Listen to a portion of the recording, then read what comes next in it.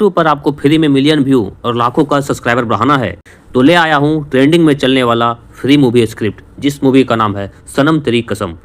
दोस्तों, अभी सनम तेरी कसम ट्रेंडिंग में चल रहा है और जस्ट इसी मूवी का पार्ट 2 में ले आया हूँ। बिल्कुल जबरदस्त होगा और वायरल होने का 100% चांस बनेगा। दोस्तों, वीडियो को आप लास्ट तक देखोगे तभी हमारे चैनल पे रहो, नहीं तो स्किप करके आगे बढ़ जाओ, क्योंकि बहुत ही जबरदस्त और बहुत ही बेहतर मेहनत करके आपके लिए मैं फ्री में लेकर के आया हूँ सनम तेरी कसम पार्ट 2 का मूवी। इसलिए जो बंदा लास्ट तक देखेगा उसी को समझ में आएगा कि एक्चुअल में ये मूवी जो है कितना जबरदस्त और कितना फाड़ू होने वाला है। अगर आपको वीडियो को वायरल करना है, 100% वायरल करना है और लाखों का सब्सक्राइबर, मिलियन में व्यू चाहिए तो लास्ट देखना। इस पर वीडियो बनाना बहुत ही जबरदस्त बनेगा, मैं आपको इस चैनल के जरिए वादा करता हूँ। तो चलिए दोस्तों, शुरू करता हूँ। तो सबसे पहले इसमें एक खलनायक होता है जो डाकू का रोल करता है, उसका नाम बल्ली यादव होता है। दूसरा लड़की का रोल करेगी जिसका नाम रानी होगा। तीसरा लड़की का भाई होगा, उसका नाम रोहन होगा। चौथा लड़की के पिता जिसका नाम बाबा के नाम से जाना जाता है। पांचवा लड़की के चाचा होंगे जो रामू चाचा के नाम से जाने जाएंगे। ये रामपुर गांव में शूट किया जाएगा। दोस्तों, इस मूवी के लिए डायरेक्टर, एक्टर, प्रोड्यूसर मिला करके टोटल 16 मेंबर का रोल होगा। 16 से 18 बंदे के बीच में ही ये मूवी बन करके तैयार हो जाएगा और बहुत ही ज़बरदस्त बनेगा। तो चलिए, सबसे पहले यहाँ पे स्टार्टिंग होता है जिसमें सबसे पहले रानी पढ़ाई कर रही होती है। उसी के दौरान मोबाइल पे कॉल आता है पापा के नाम से। अब रानी कॉल उठाने पे हेलो प्रणाम पापा बोलती है। अब पापा रिप्लाई देते हैं, खुश रहो रानी बेटा, कैसी हो। उसी के बीच में फिर रानी बोलती है, मैं ठीक हूँ पापा, आप हमेशा बोलते हैं कि गांव में लेकर के आऊँगा, लेकिन आप लाते नहीं हो।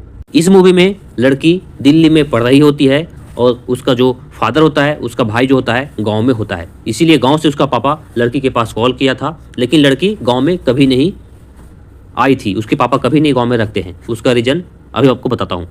यहाँ लड़की बोर हो जाती है।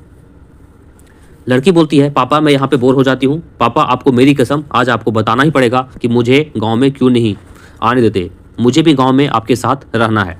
तभी उसका पापा बोलता है, रानी बेटा तुमको पता नहीं है, ये गांव लुटेरा और डाकू मिलकर के पूरा गांव को बर्बाद कर रहा है, इसलिए हम तुमको गाँव में नहीं रखते हैं। खैर कोई बात नहीं, तुम ये सब मत जानो मेरी बिटिया रानी, तुमको बहुत बड़ा अधिकारी बनना है ताकि इस गाँव में गुंडागर्दी करने वालों को सबक सिखा सको, उसे जड़ से खत्म कर सको। तो रानी बोलती है, ठीक है पापा, आप जैसा कहिए मैं मानूंगा, आप बेफिक्र रहिए। तो पापा बोलता है, ठीक है बेटी, मैं फ़ोन रखता हूँ। रानी बोलती है, ठीक है पापा, नमस्ते। अब कुछ दिनों के बाद दोस्तों, यहाँ पे मेन कहानी आपका शुरू होगा। अब कुछ दिनों के बाद सबसे पहले डाकू बल्ली यादव रामपुर गाँव में कुछ लुटेरों के साथ आ रहा होता है और गन से आसमान में फायर करते हुए गाँव के चौराहे तरफ बढ़ रहा होता है। यहाँ आपको गाड़ी का इस्तेमाल करना है। तभी गांव का एक लड़का भागते हुए गांव वाले को बोलता है, भागो भागो, डाकू बल्ली यादव आ रहा है। अब चौराहे पे खड़े सभी लोग भागने लगते हैं और अपने अपने घर में जाकर के छुप जाते हैं। तभी अब डाकू बल्ली यादव चौराहे पे पहुंच जाता है। पहुंच जाने के बाद ज़ोर ज़ोर से 2 बार हंसते हुए बोलता है अपने साथियों को, साले मेरे डर से सभी के सभी छुप गए। हा हा हा, मतलब हंसने लगता है, बोलता है मेरे डर से सारे के सारे सभी के सभी छुप गए। ये बात बोल करके हंसने लगता है। घर में छुपा हुआ एक वृद्ध व्यक्ति बोलता है, हे भगवान, आज पता नहीं क्या लूट कर ले जाएगा। दूसरा व्यक्ति बोलता है, इसने हमारे गांव में सभी को जीना हराम कर रखा है, पता नहीं ऐसे कब तक चलता रहेगा। फिर बल्ली यादव बोलता है, जो डाकू रहता है, वो बोलता है, सुनो रामपुर गाँव वालों, ऐसे छुपने से काम नहीं चलेगा। मैं 20 तक काउंट करता हूँ, अपने अपने घर से जिसके पास जो भी अनाज है वो ले करके आ जाओ, नहीं तो एक एक करके सभी के घर में आग लगा दूंगा। अब बल्ली यादव काउंट करने लगता है, जिसमें 1, 2, 3, 4 ऐसे 20 तक काउंट करते रहता है। उसी के दौरान में गांव वाले 20 तक काउंट करने के दौरान में ही गांव का एक महिला बोलती है अपने पति से, ए जी, इस बार भी अनाज तो पैदा नहीं हुआ, खाने के लाले पड़ रहे हैं, इसको हम लोग कहाँ से देंगे जो इससे हमारा घर जलाने की बात कर रहा है। दूसरा व्यक्ति भी अपने घर में बात कर रहा होता है और बोलता है, हे भगवान, हम गांव वाले के पास अनाज भी नहीं है, हम लोग कहाँ से देंगे, हे ऊपर वाले हमें बचा ले इस दुष्ट पापी से। तभी डाकू बल्ली यादव का चमचा बोलता है, जो उसके साथ में रहता है, वो बोलता है, सरकार इन गांव वालों की ये हिम्मत कि आपका बात को ठुकरा दिया, एक भी घर से नहीं निकला। उसी के दौरान रोहन बाजार से घर के लिए अपने साइकिल से आ रहा था, मतलब ये बात कर रहा था। उसी के दौरान में ही रोहन जो होता है, उस बाबा का बेटा जो होता है, वो बाजार से साइकिल पे अपना साइकिल से बाजार से घर की ओर आ रहा होता है। तभी डाकू बल्ली यादव है उस लड़के को देख लेता है। उसके बाद डाकू बल्ली यादव बोलता है, आ रहा है हमारा पहला शिकार बलि चढ़ने के लिए। तभी रोहन अपने धुन में अचानक से उस चौराहे पे आ जाता है। अब वीडियो बनाओगे तो डाकू लोग बीच चौराहे में रहेंगे, बाकी पूरा गांव वाले छुपे हुए रहेंगे। जो रोहन होता है वो बूढ़ा बाबा, गरीब बाबा आता है, उसका लड़का रहता है। वो रेंजर साइकिल से मार्केट से आ रहा होता है और अचानक से चौराहे पे पहुंच जाता है, मतलब मोड़ जाता है, अचानक से चौराहे पे पहुंच जाता है। बल्ली यादव देखता है, बोलता है कि आ गया है हमारा पहला शिकार। तभी गाँव वाले भी डरते हुए आपस में बोलते हैं, पता नहीं ये दुश्मन इसके साथ क्या करेगा, मतलब रोहन के साथ क्या करेगा। रोहन के पिता भी अपने घर में छुप करके देख रहे होते हैं और मन ही मन बोलता है, अरे रोहन बेटा, तुमको भी इसी टाइम आना था। उफ, हे भगवान, रक्षा करना भगवान, इस पापी से पता नहीं अब क्या होगा। डाकू बल्ली यादव बोलता है अपने साथियों से, पकड़ लो साले को और बंदूक लगाओ इसके कान के नीचे, मतलब इस लड़के को पकड़ लो और बंदूक लगाओ इस कान के नीचे। तभी ये गांव वाले हमारा डर को जानेंगे कि हाँ, हम क्या चीज़ हैं। अब बाकी डाकू रोहन को चारों तरफ से पकड़ कर खड़े हो जाते हैं। अब डाकू बल्ली यादव फिर बोलता है, बांध दो इसे पेड़ में साले को। अब बाकी डाकू रोहन को पकड़ लेते हैं। तभी रोहन बोलता है, छोड़ो छोड़ो मुझे छोड़ो, लेकिन कोई भी उसको छोड़ता नहीं है। उसके बाद बाकी डाकू छोड़ते नहीं हैं। 2 डाकू पकड़कर पेड़ से बांधने के लिए ले जा रहे होते हैं। तभी डाकू बल्ली यादव हंसते हुए फिर से बोलता है, तुम्हारे घर में हमें देने के लिए अनाज नहीं है और इसके पास देखो नया रेंजर साइकिल है, मैंने साइकिल लेने के लिए पैसा हो गया और हमें अनाज देने के लिए पैसा नहीं हुआ। तभी रोहन के पिता रोहन को बचाने के लिए घर से बाहर निकलने की कोशिश करते हैं, लेकिन उसके पिता के जो साथ में रहता है वो उसे निकलने नहीं देता है। जब साथ वाला उसके पिता को निकलने नहीं देता है, अब डाकू बल्ली यादव बोलता है, वाह, न्यू रेंजर साइकिल, भैरो लाओ पेट्रोल। सबसे पहले अब इस साइकिल को आग लगाते हैं, उसके बाद इनके घरों को जलाएंगे। तभी डाकू भैरव जो रहता है वो पेट्रोल लेकर के आता है और साइकिल पे छिड़काव करने लगता है। मतलब भैरव जो है पेट्रोल लेकर के आता है और बल्ली यादव को देता है। बल्ली यादव छिड़कता है। छिड़कने के बाद अब डाकू बल्ली यादव हंसते हुए साइकिल में आग लगाने के लिए माचिस मारने ही वाला होता है। तभी रोहन जल्दी से झटके से अपना हाथ छुड़ा लेता है और नीचे एक पत्थर रहता है, उसको उठा करके फेंक कर मारता है कि हमारे साइकिल को तुम आग लगा रहे हो। ठीक है, वो बच्चा रहता है, वो फेंक करके मारता है। तभी डाकू बल्ली यादव के माथे पे जोर से लग जाता है। लगने से बल्ली यादव गुस्सा हो जाता है और अपने माथे को पकड़ लेता है, उसमें हल्का सा ब्लड भी आता है, पकड़ता है और दूसरे हाथ से गुस्सा में गन निकालता है और सीधा रोहन को गोली मार देता है। तभी रोहन को गोली लग जाता है और रोहन वहाँ मर जाता है। अब जैसे रोहन मर जाता है, उसके बाद अब रोहन के पिता चिल्लाते हुए घर से बाहर निकलता है। भागते हुए आता है और बल्ली यादव को कॉलर पकड़ लेता है और बोलता है, मैं तेरा खून पी जाऊंगा कमीने, तूने मेरे बेटे को गोली मार दिया, और जोर जोर से रोने लगता है। उसी के बीच में इतना जोर जोर से मतलब बल्ली यादव को कॉलर पकड़ के हिलाने लगता है। अब उसके बाद रोहन के पिता बल्ली यादव के हाथ वाला गन भी छीनने की कोशिश करता है, मतलब कॉलर पकड़ने के बाद गुस्से में उसका गन भी छीनने लगता है कि मैं तुम्ही को गोली मार दूंगा। तभी उसी के दौरान बल्ली यादव गुस्सा में रोहन के पिता को भी गोली मार देता है। अब यहाँ पे सभी गाँव वाले देख करके मुँह खुला का खुला रह जाता है कि अपने बेटे को बचाने के लिए गया था, लेकिन देखो ये बंदूक छीनने की वजह से बल्ली यादव ने उसके बेटे को भी गोली मार दिया और इसके पापा को भी गोली मार दिया। अब बल्ली यादव बोलता है, ए गांव वाले कान खोलकर सुन लो, अगर कोई हमें छूने की कोशिश भी किया तो उसका यही हाल करूंगा।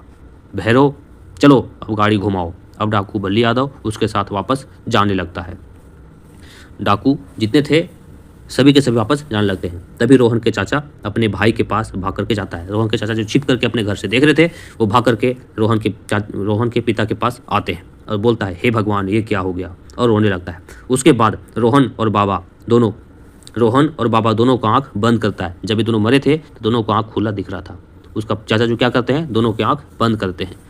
तभी गाँव वाले भी वहाँ पे आ जाते हैं, आकर देखने लगते हैं। अब चाचा अपने पैकेट से थोड़ी देर के बाद छोटा मोबाइल निकालता है और रानी को कॉल करता है, जिसकी बेटी दिल्ली में पढ़ रही होती है। अब रानी के मोबाइल पे कॉल आने पे रानी बोलती है हेलो बोलती है, तो रोहन चाचा बोलते हैं, हेलो रानी बेटी, तुम जल्दी से घर आ जाओ। तो रानी बोलती है, क्या हुआ चाचा, आप ऐसे क्यों बोल रहे हो? तो रोहन के चाचा जो हैं वो बोलते हैं, बेटी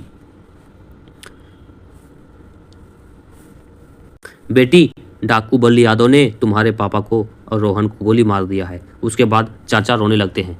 रानी जोर से चिल्लाती है। जैसे रानी सुनती है कि दोनों गोली मार दिया, वैसे जोर से चिल्लाते हुए बोलती है, नहीं ऐसा नहीं हो सकता, और जोर जोर से रोने लगती है। तभी चाचा फिर से बोलते हैं, हाँ रानी बेटा रो मत, चुप रहो, अब तुमको ही इसका बदला लेना पड़ेगा। तुम जल्दी से पहले घर आ जाओ, गाँव आ जाओ, तभी कुछ हो सकता है। अब तुम रो मत। तभी रानी रोते हुए बोलती है, ठीक है चाचा, मैं घर आता हूँ, आज ही मैं गाँव आने के लिए गाड़ी बैठती हूँ। ठीक है चाचा, ऐसे करके रोते हुए फ़ोन वहाँ पे रख कर जाता है। ठीक है बेटी, जल्दी से आ जाओ, चाचा बोलता है। अब यहाँ पे ट्रेन और बस का जल्दी से शॉर्ट वीडियो बनाओगे तो आपको यहाँ पे चलता हुआ ट्रेन और चलता हुआ बस दिखाना है, और सीधा यहाँ पे उसके पापा को जलता हुआ सीन चिता के सामने खड़े हुए रोते हुए दिखाना है। मतलब उसका पापा और भाई का जलता हुआ चिता के सामने उसकी रानी को खड़ा दिखाना है शॉर्ट वीडियो में। यहाँ पे शॉर्ट हो जाना है थोड़ा सा। अब रानी अपने घर में, मतलब चिता जलाने के बाद जब घर में आ जाते हैं, तो अब रानी घर में बैठकर सोचते रहती है। उसी के दौरान में उसके चाचा जी आते हैं और बोलते हैं, बेटी क्या सोच रही हो?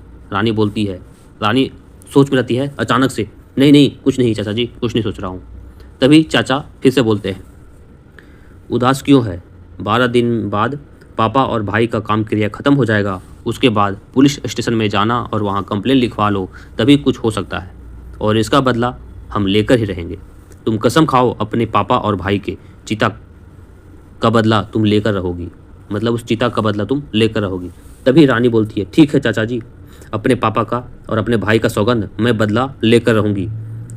वहाँ सौगंध खाती है कि चाचा मैं अपने पिता और भाई का सौगंध खाकर बोलता हूँ कि मैं बदला लेकर रहूँगा। ठीक है चाचा, क्रियाक्रम के बाद जाऊँगी थाने में शिकायत दर्ज कराने, और रोते हुए चाचा से गले मिल लेती है।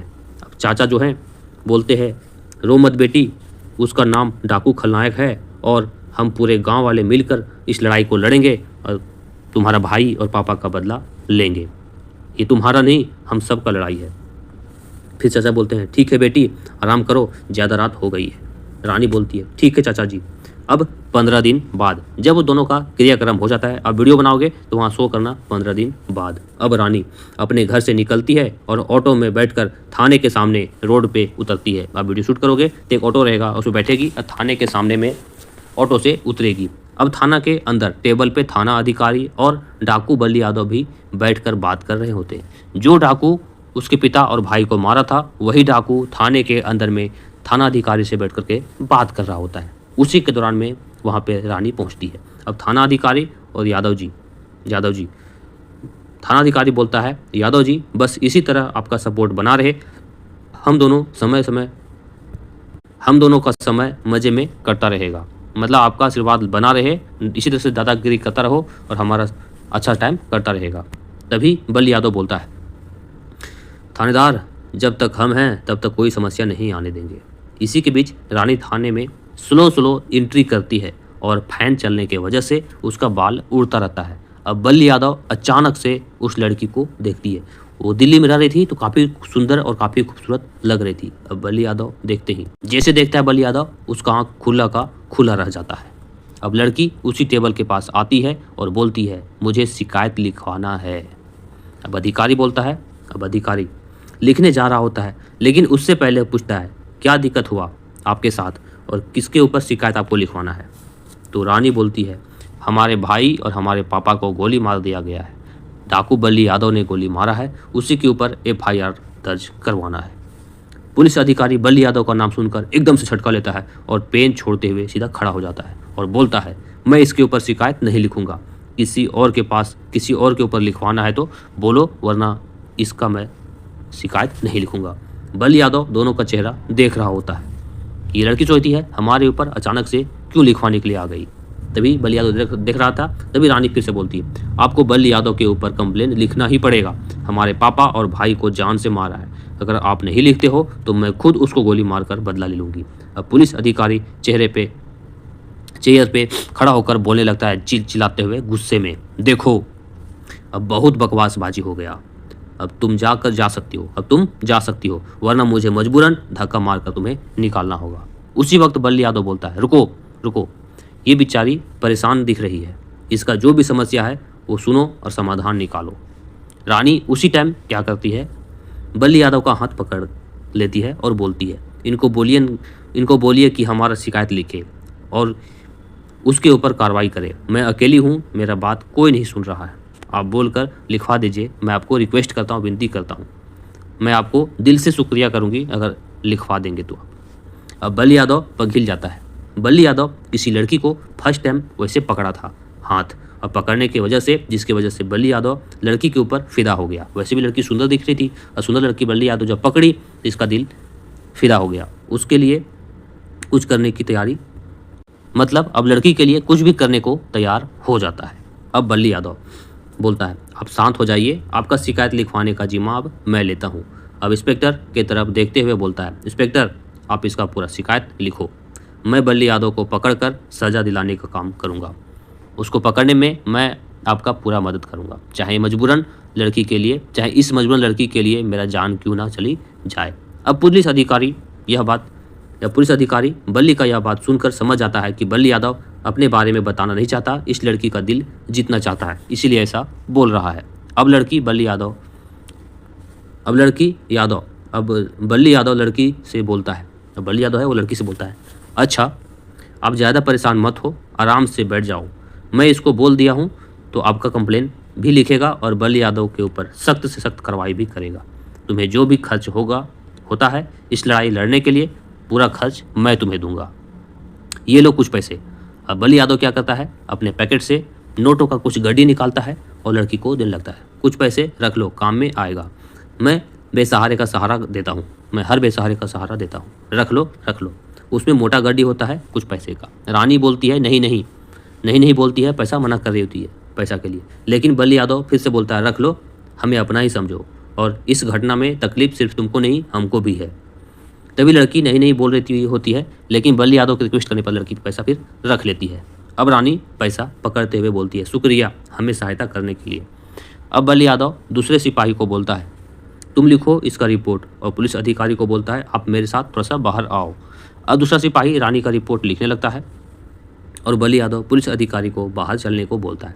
तभी बाहर जाते ही पुलिस अधिकारी बल्ली यादव को बोलता है, सर आप हमारे, जो पुलिस अधिकारी है वो उल्टा फिर बल्ली यादव को बोलने लगता है, सर आप हमारे इलाके का खलनायक हो और इस लड़की का बात मान रहे हो।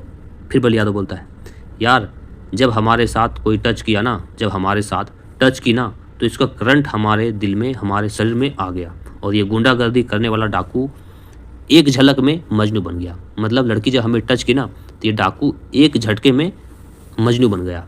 अब मुझे ये लड़की बहुत अच्छी लगने लगी है, सोच रहा हूँ इस लड़की से शादी करके सेटल हो जाऊँ।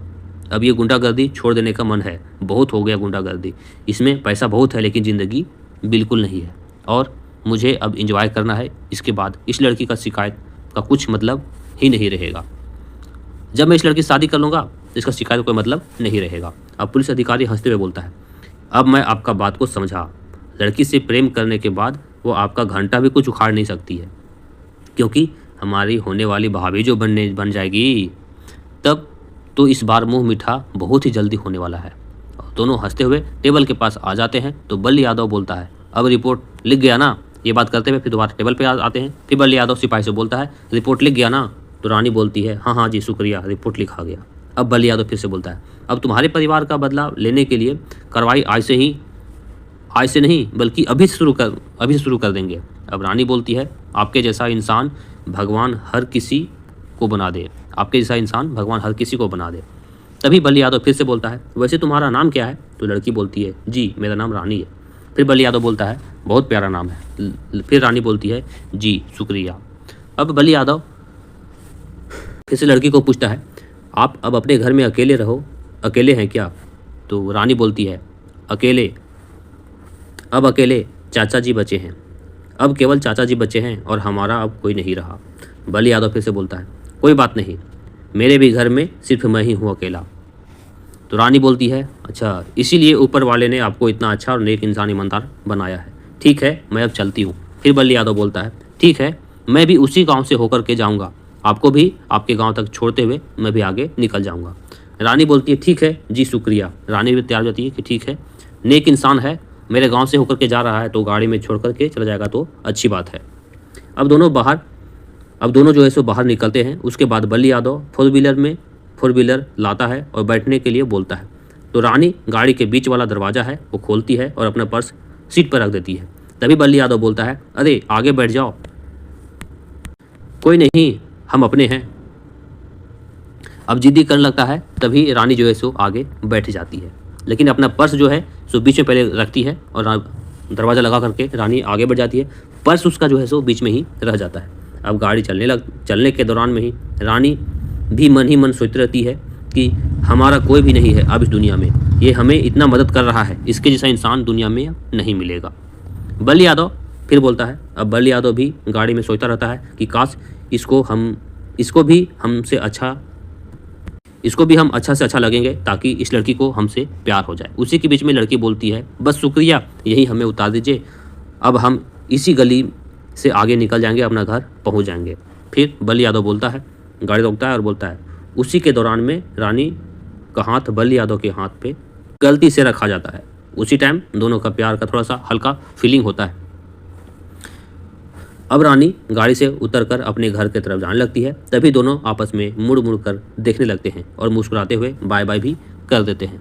अब बल्ली यादव अपने घर पहुंचता है और देखता है कि जब पहुंचता है गाड़ी खड़ा करता है तो देखता है कि ड्राइवर सीट के पीछे जो बीच वाला सीट होता है उसमें एक पर्स छूटा हुआ है, जो पर्स रानी का था।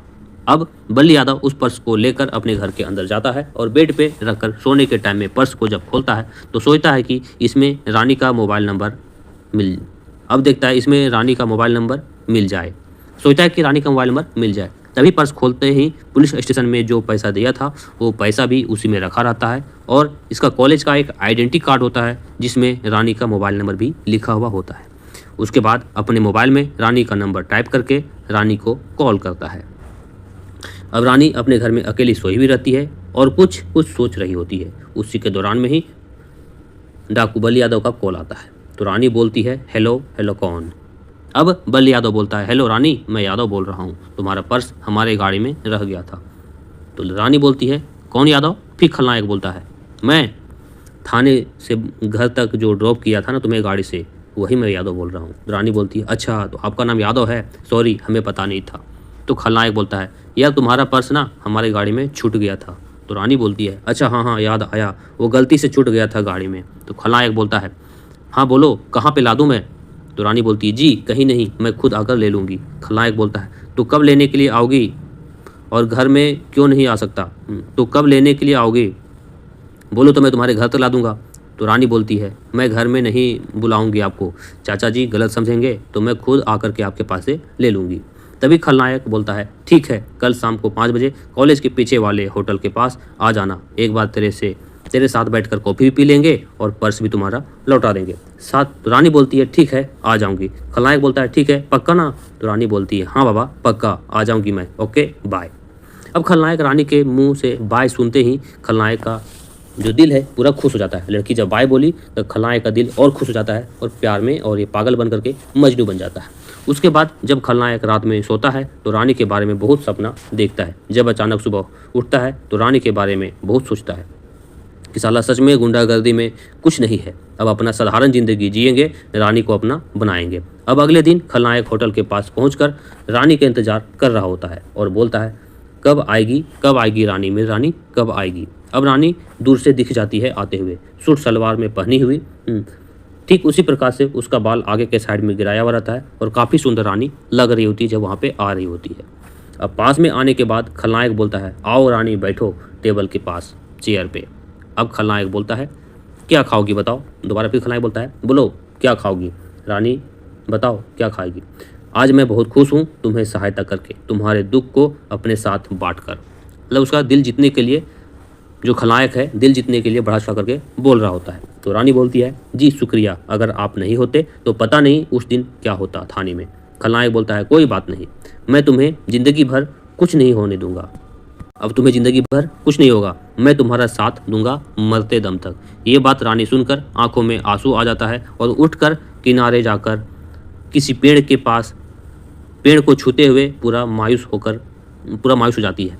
जो खलनायक बोला था कि अब मैं तुम्हारी ज़िंदगी भर साथ दूंगा। ये बात सुनकर रानी जो है मायूस हो जाती है और पेड़ के पास उठ करके पेड़ के पास जा करके मुड़ी झुका करके कुछ सोचने लगती है। अब खलनायक पीछे से जाता है और रानी के कंधों पे हाथ रखकर बोलता है, क्या तुम ज़िंदगी भर मेरा साथ देना चाहोगी, ज़िंदगी भर मेरे साथ रहना चाहोगी? तो रानी बोलती है, रानी पीछे मुड़ती है और खलनायक की तरफ फेस करके अपने हाथों से अपना फेस बंद करके रोने लगती है। अब खलनायक बोलता है, मैं तुम्हें हर तरह का सुख दूंगा, मुझसे शादी कर लो। फिर रानी बोलती है, अब रानी एकदम से बल्ली यादव को चिपक जाती है। उन्हें रोने हल्का मतलब खुशी का आंसू आता है और रोते हुए चिपक जाती है और गले लग करके रोने लगती है। तभी खुशी के आंसू उसके चेहरे से आने लगता है। अब खलनायक रानी को अपने सीने से हटाकर उसका आंसू पोंछते हुए बोलता है, आज के बाद इस आंखों में आंसू मैं नहीं आने दूंगा, तो मैं शादी के लिए हाँ समझूं? रानी बोलती है धीरे से इशारा करते हुए, हाँ। खलनायक, तो अब रोना धोना बंद करो और आज से ही चेहरे पे केवल खुशी ही खुशी दिखना चाहिए। चलो हंसो हंसो हंसो। इसके बीच में लड़की फिर थोड़ा हंसती है। खलनायक अब रानी को एक पप्पी लेता है और रानी बोलती है, हट, सभी देख रहे हैं। तो खलनायक बोलता है, ठीक है, अंदर चलते हैं। अब दोनों खलनायक और रानी दोनों अंदर जाते हैं रूम के अंदर, होटल के अंदर में। अब दोनों होटल वाले रूम के अंदर जाते हैं और अंदर से खलनायक कुंडी भी लगा देता है। अब रानी सबसे पहले खलनायक के पैर छूते हुए बोलती है, आपने मुझे इतना मदद करके जीने का सहारा बना दिया, जीवन भर मैं आपको नहीं भूलूंगी। तभी खलनायक रानी को उठाते हुए बोलता है, अरे तुम पैर मत छुओ, तुम तो मेरी जान हो। अब गले, उसके बाद रानी को गले लगा लेता है।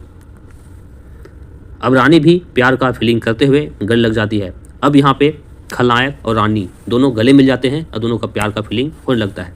अब खलनायक रानी को गले लगने के बाद गर्दन में, गाल में, होठ में पप्पी किस करते हुए दोनों पूरा पागल हो जाते हैं।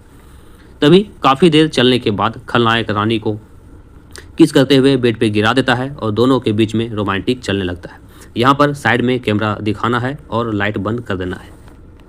उसी के बीच में लाइट बंद होने के बाद लड़की का नंगा हल्का फुल्का पाँव भी दिखाना है, लड़का के पाँव दिखाना है। अब दोनों के बीच में यहाँ पे शारीरिक संबंध भी बन जाता है। अब कुछ देर बाद दोनों के बीच में शारीरिक संबंध बनने के बाद अब कुछ देर बाद दोनों होटल से निकलते हैं और अपने अपने घर चले जाते हैं। घर जाने के बाद जब वहाँ से होटल से दोनों रोमांटिक करके निकल जाते हैं, घर जाने के बाद कुछ ही दिनों के बाद जब घर जाते हैं, उसके कुछ दिनों के बाद जब वीडियो शूट करोगे तो वहाँ आपको लिखना होगा कुछ दिनों के बाद। रानी के चाचा छत पे रहते हैं और रानी नीचे बाहर में रहती है। उसी के दौरान में रानी को अचानक से उल्टी आती है और बाहर उल्टी करने के लिए जाती है। उसी के दौरान में उसके चाचा जो हैं छत से सब कुछ देख रहे होते हैं। अब रानी के चाचा को थोड़ा डाउट भी होता है, लेकिन रानी को थोड़ा डाउट होता है उल्टी होने के बाद और खलनायक को कॉल करती है। कॉल करने के बाद पूछती है, मुझे बार बार उल्टी आ रही है, मुझे डाउट हो रहा है, कहीं मेरे पेट में बच्चा तो नहीं रह गया? तभी खलनायक बोलता है, ठीक है, डरने की कोई बात नहीं, इस बार जब भी हम मिलेंगे तो एक किट बच्चा पॉजिटिव वाला किट जो मिलता है चेक करने वाला, वो लेकर के आएंगे और चेक कर लेंगे। तो रानी बोलती है, हाँ ठीक, वही सही रहेगा, चेक कर लेंगे, हमें बहुत डर लग रहा है। उसके चाचा छत पे रहते हैं, सब कुछ देखते हैं कि उल्टी कर रही है। उसके बाद किसी को फ़ोन लगाए, लेकिन उसके चाचा देखने के बाद भी ना समझ सा किए, मतलब चाचा सब कुछ देखते हैं पर इग्नोर कर देते हैं बात को कि छोड़ो, वैसा नॉर्मली होगा। अब रानी और खलनायक के मिलने के बाद रानी किट लेकर के आती है अपने घर में और किट को सबसे पहले चेक करती है। अब किट में पॉजिटिव शो करता है। जैसे पॉजिटिव शो करता है तो रानी टेंशन में आ जाती है और रानी खलनायक को दोबारा फिर से कॉल लगाती है और बोलती है, ये तो पॉजिटिव दिखा रहा है। तो खलनायक बोलता है, क्या पॉजिटिव दिखा रहा है? ठीक है, एक काम करता हूँ, मैं एक दवाई लाऊंगा या लेकर के आता हूँ, उसको खा लेना, ताकि बच्चा जो है वो ख़त्म हो जाएगा और टेंशन भी ख़त्म हो जाएगा। तो रानी ये बात सुन करके एकदम से टेंशन में आ जाती है और बोलती, नहीं, मैं दवाई नहीं खाऊंगी। जिस तरह से मेरे पापा और मेरे भाई इस दुनिया से छोड़कर चले गए, उस तरह से मैं इस बच्चे को दुनिया से जाने नहीं दूंगा, चाहे इसके लिए जो भी करना पड़े। तो खलनायक बोलता है, अरे यार, तुम जिद्दी क्यों बन रही हो? मेरे बात को समझो, अभी हमारी शादी नहीं हुई है, इसलिए मैं बच्चा को नहीं रख सकता हूँ। तो रानी बोलती है, तो क्या दिक्कत है, तो अभी शादी कर लेते हैं ना, हम अभी शादी कर लेते हैं। फिर खलनायक बोलता है, शादी उतना आसान नहीं है जितना तुम समझ रही हो। मैं सिर्फ और सिर्फ तुमसे ही शादी करूँगा, किसी और से नहीं, मेरे पर विश्वास करो। अभी मैं अपने परिवार वालों को बताया नहीं हूँ, मुझे परिवार वालों को भी बताना है। उन सबको बताना है। उसके बाद शादी के लिए मनाना है और डेट रखना है। डेट रखूँगा, शादी करूँगा, तुम टेंशन मत लो। तो रानी बोलती है ठीक है, मैं आपका वेट करूँगी। अब रानी अपने रूम में बैठकर सोचने लगती है कि साला अभी शादी भी नहीं हुआ है, मेरा पेट में बच्चा भी रह गया है, अब कैसे क्या होगा, पता नहीं कब न कब वो अपने रिलेशन वाले को पूछेगा और कब न कब हाँ करेगा। तभी बिना शादी का प्रेग्नेंट हो गई है। मतलब रानी जो है सोचने लगती है, अपने रूम में बैठकर सोचने लगती है कि बिना शादी का मैं प्रेग्नेंट हो गई। कितना बेइज्जती का बात है। अगर यादव जल्दी शादी नहीं किया तो मेरा चाचा जी का इज्जत और सम्मान मिट्टी में मिल जाएगा। नहीं नहीं, ऐसा नहीं होने देंगे। एक काम करती हूँ, मैं अपने चाचा जी को खुद बताती हूँ कि एक लड़का पसंद आ गया है, मुझे उससे शादी करना है, मुझे शादी करा दो। अब ये बात बोल करके सोचती है कि हाँ ये बहुत बढ़िया रहेगा, ये सही रहेगा, चाचा को मैं खुद ही मना लेता हूँ। अब रानी अपने चाचा के पास जाती है। उसी वक्त चाचा खाना खा रहे होते हैं। जिस टाइम रानी चाचा के पास जाती है उस टाइम चाचा खाना खा रहे होते हैं। तो रानी बोलती है चाचा जी, मैंने आपको आज तक कुछ भी नहीं मांगा है, लेकिन आज मुझे कुछ आपसे मांगना है। तो चाचा बोलते हैं हाँ बेटा बोलो, जो तुम्हें मांगना है दिल खोल के मांगो। मैं तेरा भाई और पापा सब कुछ हूँ, इसीलिए मेरा फर्ज बनता है कि तुम्हारी सभी ज़रूरतों को पूरा करूँ। तो रानी बोलती है शर्माते हुए, चाचा जी मुझे एक लड़का पसंद आ गया है और मुझे उसी से शादी करना है, मैं उसी से शादी करना चाहती हूँ। तो चाचा खुश होते हुए बोलते हैं अरे ये तो बहुत खुशी की बात है, लेकिन हमें बताओ तो वो लड़का कौन है। तो रानी क्या करती है, हाँ चाचा जी बिल्कुल, अभी मैं बताती हूँ। ये बात बोलते ही रानी अपना मोबाइल निकालती है और यादव का फ़ोटो निकाल कर चाचा को दिखाती है। अब चाचा फ़ोटो को देखते ही अचानक से, बल्ली यादव का फ़ोटो देखते ही अब अचानक से अपना जो खाना खा रहे होते हैं वो थाली को पटक देते हैं। जोर से गुस्से में बोलते हैं चाचा तुम्हें इससे प्यार है, इसका नाम क्या है तुम्हें पता है। तो रानी डर जाती है और बोलती है जी इसका नाम यादव है। तो चाचा बोलते हैं पूरा नाम क्या है तुम्हें पता है। फिर रानी बोलती है हमें तो यादव ही बताया है इसने। चाचा बोलते हैं अच्छा, तो ये केवल यादव ही बताया है, खबरदार अगर तुमने इस हत्यारे के बारे में सोची भी तो रानी बोलती है चाचा जी आप क्या बोलना चाह रहे हैं, मुझे तो कुछ समझ में नहीं आ रहा है। तो चाचा फिर से बोलता है समझ में नहीं आ रहा है, ये यादव नहीं बल्कि वही हत्यारा है, तुम्हारे पापा और भाई को मारने वाला डाकू बल्ली यादव। तो रानी बोलती है क्या, ये वही, ऐसा नहीं हो सकता है। फिर चाचा बोलते हैं हाँ ये शरीर धोखा खा सकता है, लेकिन ये आंखें नहीं। इन्हीं आंखों से मैंने तुम्हारे पिता को गोली मारते हुए देखा है, तुम्हारे पिता और भाई दोनों को गोली मारते हुए देखा है। याद करो तुमने सौगंध खाई थी बदला लेने का और अब अपना प्यार बना बैठी। तुमने सौगंध खाई थी बदला लेने का और उसी दुश्मन को तुम अपना प्यार बना बैठी। जिसने तुमको जन्म दिया उसी के दुश्मन को तुम अपना प्यार बना बैठी। तुम्हें शर्म नहीं आती है। अब लड़की की आंखों में आंसू आने लगता है। अब लड़की घुटनों के बल गिरकर बैठ जाती है। फिर चाचा बोलते हैं तुम्हारे पिताजी क्या यही संस्कार दिए थे कि अपने दुश्मन से प्यार करना और अपने आप को धोखा देना। वाह शाबाश बेटी, अब तुम्हारे पिताजी की आत्मा को शांति कभी नहीं मिलेगा, क्योंकि तुम उसी के दुश्मन के साथ शादी करने के लिए बोल रही हो। यहाँ पर आपको अच्छा से एडिटिंग करना है और लड़की के दिमाग में पापा का बात का प्रीवियस वीडियो दिखाना है, ताकि लड़की को याद दिलाए कि पापा उसको कितना मेहनत से सेवा सत्कार किए थे। साथ में पापा बेटी को जो भी अच्छा पॉइंट बताए थे कि तुम्हें एक पढ़ लिख करके अच्छा IAS IPS अधिकारी बनना है और यहाँ के जितने भी कट्टर हैं, दुश्मन हैं, लुटेरा हैं, हथियारा हैं, सभी को ख़त्म करना है। ये सभी उसको याद दिलाना है कि उसके पापा जी उसको बोले थे, लेकिन ये गुंडागर्दी क्या ख़त्म करेगी, बल्कि उसी गुंडे से शादी करने के लिए तैयार हो गई। तभी लड़की के आँख खुलता है और चिल्लाते हुए बोलती है नहीं नहीं नहीं, ऐसा नहीं हो सकता, मैं अपने पिता और भाई का बदला जरूर लूँगी। अब तो दुश्मन हमारे सामने है, तो मैं पापा का सौगंध खाकर बोलता हूँ दोबारा फिर से कि मैं बदला लेकर रहूँगी। तो थोड़ा सा चाचा उसका खुश होते हैं। तभी रानी सीधा अपने घर से बाहर निकलती है और खलनायक के घर की तरफ जाने लगती है। जाने के बाद खलनायक के घर के बाहर गुंडे लगे रहते हैं। वह लड़की को देख करके समझ जाते हैं और किनारे हो जाते हैं, क्योंकि वो गुंडे को पता था कि ये खलनायक इसकी मंगेतर बनने वाली है, इसलिए गुंडे किनारे हो जाते हैं। अब एक खड़े डाकू से पूछती है बल्ली यादव किधर है। तो खड़ा डाकू बताता है बल्ली यादव उस रूम के अंदर है। तभी लड़की जो रानी है वह रूम का दरवाज़ा खोलती है और अंदर जाती है। अब अंदर जा कर के लड़की कुंडी लगा देती है। बल्ली यादव के रूम में जाती है और अंदर से कुंडी लगा देती है। अब खलनायक जो है अपने बेड के पास खड़ा रहता है, कुछ काम कर रहा होता है लेकिन उस टाइम अपने बेड के पास खड़ा रहता है।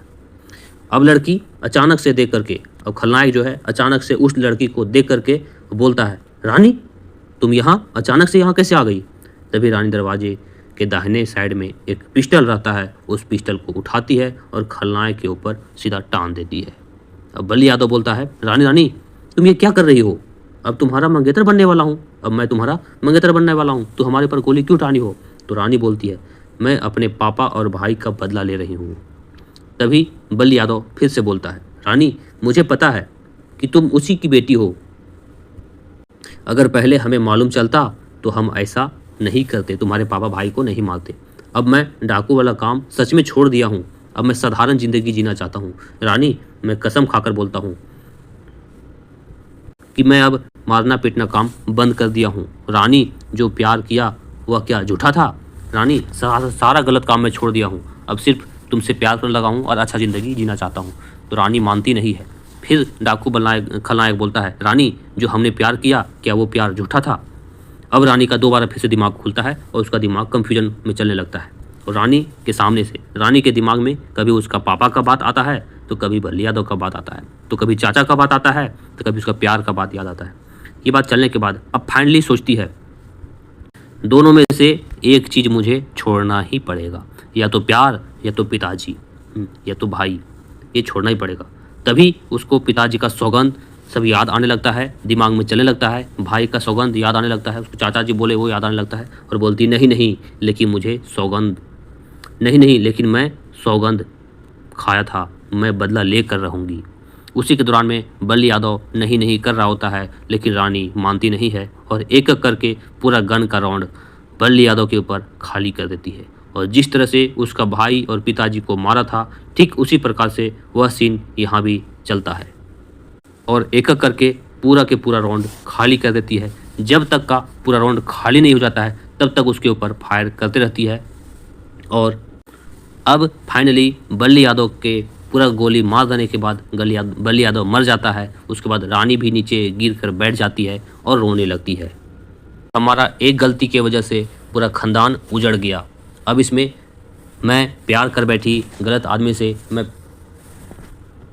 पिताजी का सपना भी पूरा नहीं कर पाया और पिताजी का जो दुश्मन था उसी से मैं शादी करके, मैंने प्यार करके शादी का सोच लिया। अब उसका पेट में बच्चा है, ऐसे करके रोने लगती है। दोस्तों यहाँ पे वीडियो ख़त्म होता है क्योंकि इसका पूरा ज़िंदगी झंड हो जाता है। उसका फादर भी और भाई भी मर जाता है, इसका जिससे प्यार किया वो भी मर जाता है, इसका पेट में बच्चा रहता है, अब ऐसे करके रोने लगती है। दोस्तों ये वीडियो यहाँ पे समाप्त हुआ। आपका अगर कमेंट आएगा तो मैं पार्ट 2 भी लाऊंगा। ये दोस्तों बहुत ही खतरनाक और ज़बरदस्त मूवी है, अभी ट्रेंडिंग में चल रहा है। ये जो मूवी सनम तेरी कसम पार्ट 2 अभी ट्रेंडिंग में चल रहा है और इसी के जैसा पार्ट 2 लाया हूँ मैं, ये सनम तेरी कसम। दोस्तों आप वीडियो बनाओ और दबा करके व्यू लाओ, दबा करके सब्सक्राइबर बढ़ाओ और यूट्यूब से पैसे छापो। दोस्तों आपको और कोई नया मूवी चाहिए, स्क्रिप्ट चाहिए, वीडियो का, शॉर्ट वीडियो का, लॉन्ग वीडियो का या किसी भी चीज़ का पेड प्रमोशन करने का, तो आप हमें कमेंट करें। आपके लिए 2 दिन के अंदर मैं नया से नया जबरदस्त लेकर के आऊँगा। चलिए दोस्तों फिर से मिलता हूँ नेक्स्ट वीडियो में, तब तक के लिए धन्यवाद।